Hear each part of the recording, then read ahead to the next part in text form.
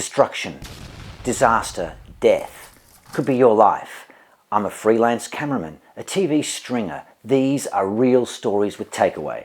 Crews battle massive fire like Texas. What went wrong?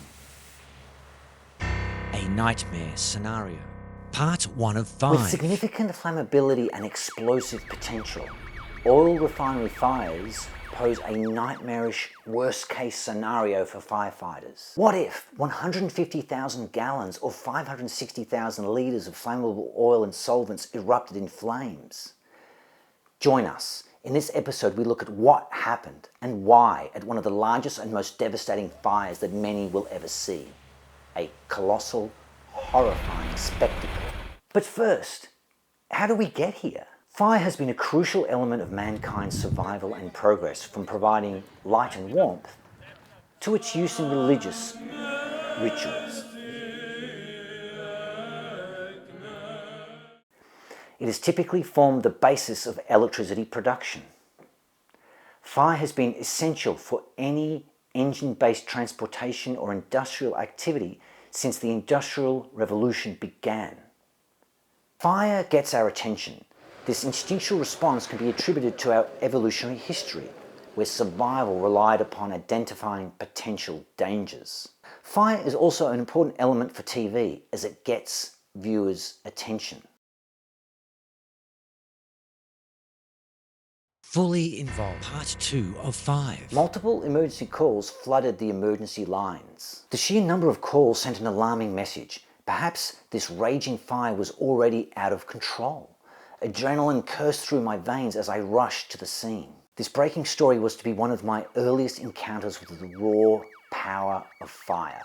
The fire department already on site declared the house as fully involved. Fully involved refers to a situation where a fire has reached its maximum intensity. But it was the radiant heat that truly left me astounded.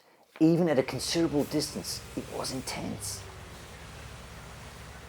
It served as a stark reminder of the power of radiant heat, the silent and invisible killer that kills the most in wildfire situations. A sobering thought enveloped me.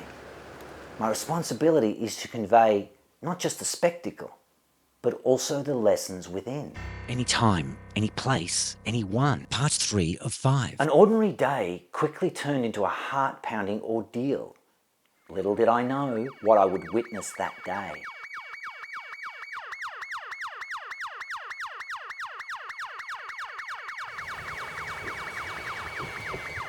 As the fire raged on, the firefighters fought tirelessly.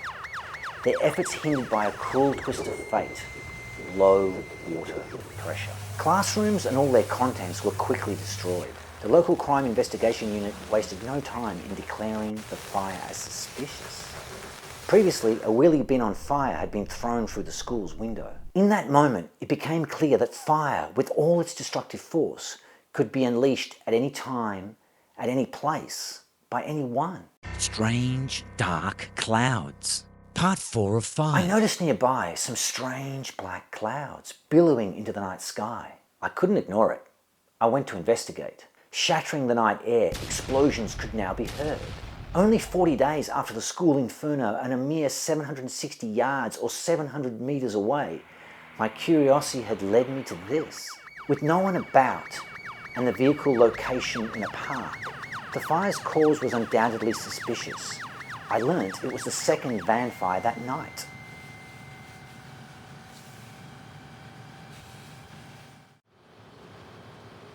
The troubling reality is, it was clear that a serial arsonist or arsonists were operating in the area. With multiple suspicious fires, I knew that nothing and nobody was safe. A colossal, horrifying spectacle. Part 5 of 5. This is a commercial industrial area, only 20 miles or 30 kilometres southeast of Melbourne. It was 7:58 p.m. on a cool fall night. This was the moment when the first fire truck was dispatched. As fate would have it, the dispatch was accidentally to the wrong location, 3 miles or 5 kilometres away. At stake, days of firefighting with over 130 firefighters and 30 fire trucks. toxic chemicals released into the environment and nearby waterways, killing wildlife. A total of 4 community safety advice warnings issued and homes and businesses evacuated. 150,000 gallons or 560,000 litres of flammable oil and solvents vaporised, and over $38 million in damage. So what are the investigators now saying? The official report noted a combination of factors, including the failure of a flammable solvent tank pressure release valve, causing the tank to rupture and collapse. Sending 1,300 gallons or 5,000 litres of flammable solvent hurtling across the factory floor to the waiting ignition point. Lessons from the Alaskan 1989 Exxon Valdez oil tanker disaster, ironically, may provide the takeaway here. Provide an additional barrier, such as the double hull requirement for oil tankers, that reduces the risk of catastrophe when structure failure occurs. Join the conversation. Please leave a like and a comment. What is the biggest incident or disaster that you have ever witnessed, and what impact did it have? Do you know a friend or a family member who lives in an area with possible industrial dangers nearby? Why not share this video with them? Please don't forget to check out our next video. What could possibly go wrong at 110 miles an hour in deadly split-second decisions?